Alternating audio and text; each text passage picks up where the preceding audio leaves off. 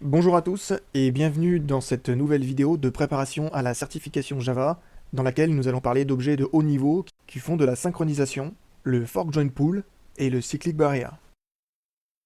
Déjà, le cyclic barrier.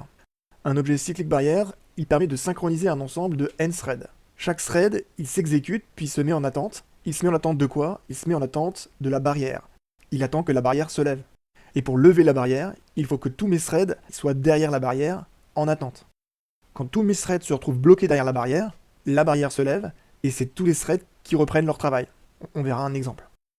L'objet cyclic barrière, donc, il prend en paramètre, via son constructeur, le nombre de parties. On peut également indiquer une action qui sera réalisée lorsque la barrière se lèvera.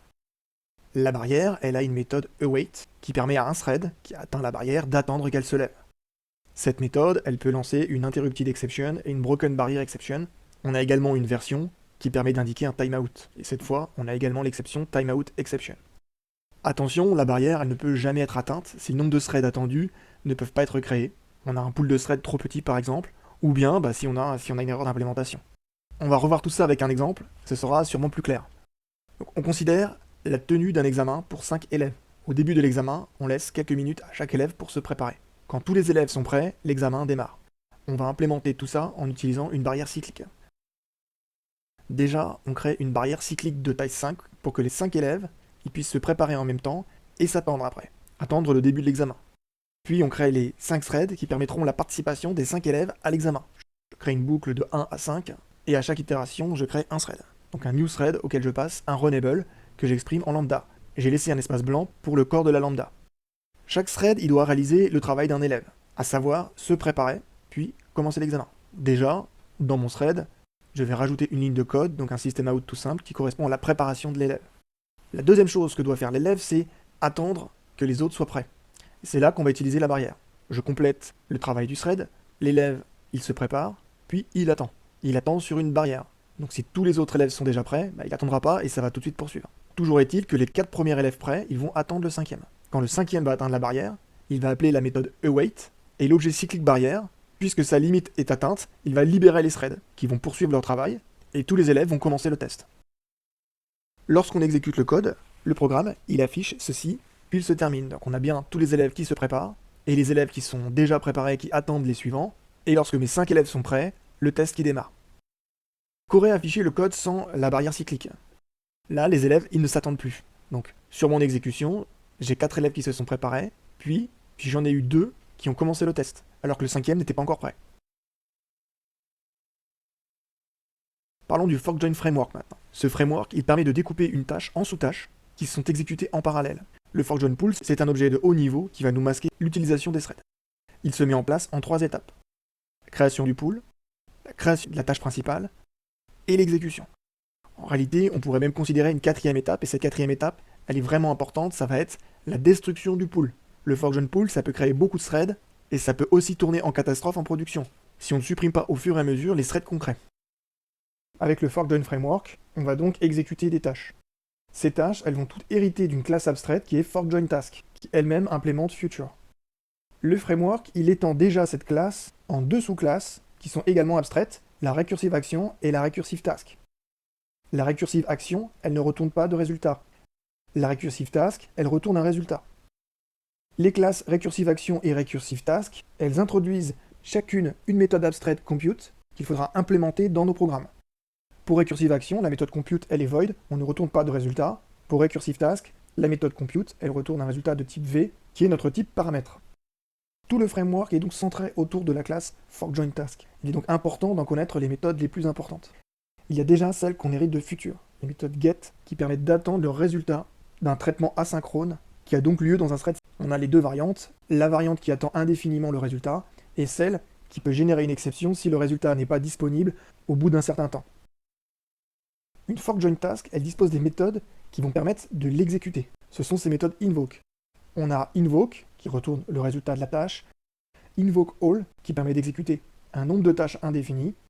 Invoke all est décliné de différentes façons que vous avez ici. Dans notre forkJoinTask, on va avoir des sous-tâches. Pour les exécuter, on pourra utiliser les méthodes invoke qu'on vient juste de voir, mais on aura aussi la possibilité d'utiliser les méthodes fork et join, qui donnent leur nom au framework. Pour une sous-tâche de notre tâche principale, on pourra appeler la méthode fork. Et ça va faire en sorte que notre sous-tâche s'exécute dans un thread à part. Pour récupérer le résultat de notre sous-tâche ou de nos sous-tâches, il faudra utiliser la méthode join, qui permettra d'attendre la fin des traitements. On pourrait se dire, avec ce qu'on vient juste de voir, qu'une fork join task se suffit à elle-même, et qu'on n'a pas besoin d'autre chose pour l'exécuter. Et pourtant, il existe une autre façon de lancer la tâche, en passant par le fork join pool. Le fork join pool, il est construit au-dessus de exécuteur service, et il permet de customiser le pool de thread sur lequel on va exécuter nos tâches. Donc on peut définir son fork join pool, et ensuite lui demander d'exécuter une tâche. Pour ça, on a plusieurs méthodes, que voici. Une méthode qui ne retourne pas de résultat, une méthode qui retourne un résultat, ou encore une autre qui retourne directement la tâche. Prenons un exemple pour essayer de rendre plus concret tout ça. On dispose d'un très grand tableau de nombres entiers qu'on souhaite additionner. Dans l'idée de réaliser le calcul plus rapidement, on décide d'utiliser une récursive action. L'idée, ça va être d'additionner les éléments du tableau par paquet dans des tâches séparées. En tant que recursive task, notre tâche, on va pouvoir la splitter en plus petites tâches qui seront réalisées dans des threads à part. La première étape, ça va être d'implémenter notre tâche. Notre tâche, elle va étendre recursive action. Donc on crée une classe méga plus action qui extends recursive action. Notre action, elle va être capable d'additionner tous les éléments d'un tableau entre deux positions, donc entre une position start et une position end. On se doute bien que dans notre cas, la tâche principale, elle va additionner tous les éléments de la position 0 à la position du tableau lens-1. Notre action, elle aura un constructeur, et ce constructeur, il nous permettra de lui passer le tableau, notre action, puisqu'elle va créer des sous-actions, donc des sous-tâches, qui n'additionneront qu'une partie du tableau. Il faut également qu'on lui passe en paramètre la position des éléments additionnés, donc une position de départ et une position de fin. L'étape d'après, ça va être d'implémenter la méthode compute, qui va réaliser le traitement, donc qui va réaliser l'addition des éléments. Notre méthode, il faut qu'elle soit assez intelligente pour partager le travail avec des sous-tâches. On va prendre un exemple très classique que vous pourrez retrouver ailleurs. La méthode compute, en réalité, elle va fonctionner comme ça. Donc déjà, elle va voir si le travail à réaliser est suffisamment grand pour être réparti sur plusieurs tâches. Et là, à chaque fois, ce sera 2 tâches. Donc une tâche, potentiellement, elle ne va rien faire, si ce n'est créer 2 sous-tâches. Ce qu'on choisit ici, c'est qu'une tâche, elle traite pas plus de 100 éléments. Donc notre méthode compute, elle va se présenter comme ça. Déjà, elle compte le nombre d'éléments qu'elle va devoir additionner, en faisant la soustraction de end et de start. On l'a dit, additionne-moi tous les éléments entre la position 1000 et la position 1500. En faisant 1500 moins 1000, elle sait que le travail il va devoir être réparti sur plusieurs tâches. En revanche, si le nombre d'éléments à traiter est plus petit que 100, on réalise tout simplement l'addition des éléments et ce sera le résultat de notre tâche. Ce résultat, on l'affichera à l'écran avec un system.out. Mais les choses sont surtout intéressantes si on a plus de 100 éléments à traiter.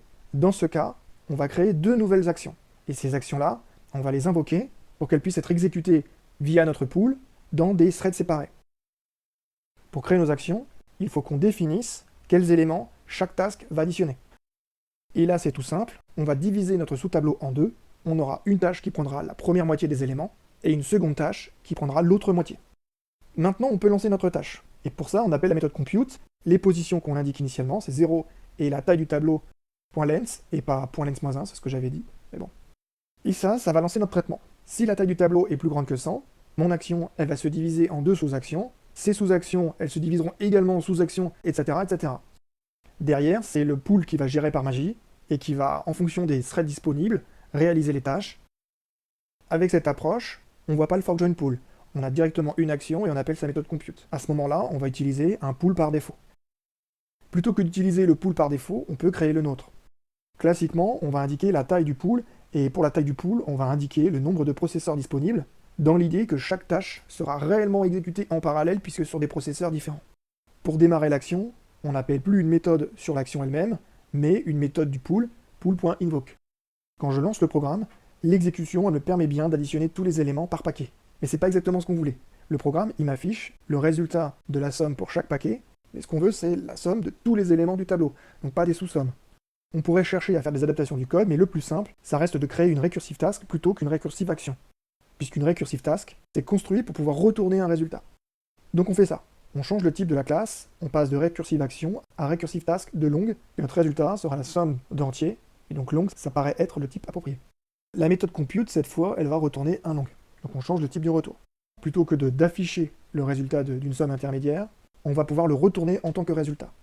Donc je modifie le code pour faire un return de sum plutôt qu'un system.out. Quand on aura plus de 100 éléments, on va donc créer des sous-tâches. C'est là que ça va devenir intéressant. Nos deux sous-tâches, on les crée toujours de la même façon, en découpant la partie du tableau à additionner en deux. Mais cette fois, on dit à Java, exécute une des deux sous-tâches en background, traite l'autre, puis additionne les deux résultats. On prend la seconde tâche, et on appelle la méthode fork. Elle s'exécutera donc en fond de tâche, et on retourne le résultat de la première tâche, dont on appelle la méthode compute, qui potentiellement va créer des sous-tâches, etc., etc., et du résultat de la seconde tâche, dont on attendra le résultat s'il faut, avec la méthode join. Ça nous donne ce cas-là. Il faut également adapter le main. Cette fois, on peut récupérer le résultat de la tâche dans une variable. Si on exécute notre tâche maintenant, on a bien la somme de tous les éléments du tableau, et le résultat, il est bien calculé dans des tâches qui s'exécutent en parallèle. Après, vous pourrez essayer. J'obtiens personnellement pas un meilleur résultat qu'une somme que j'exécuterai dans un monothread. Et ça, il faudrait creuser. Donc, le fork join pool, ça peut être très utile, mais attention à bien valider que le gain est présent. Pour des additions, quelque chose d'aussi basique, on peut comprendre qu'on n'est pas un gain, mais pour des traitements plus complexes, qui seraient peut-être eux-mêmes parfois en attente de partenaires, le gain peut être très important.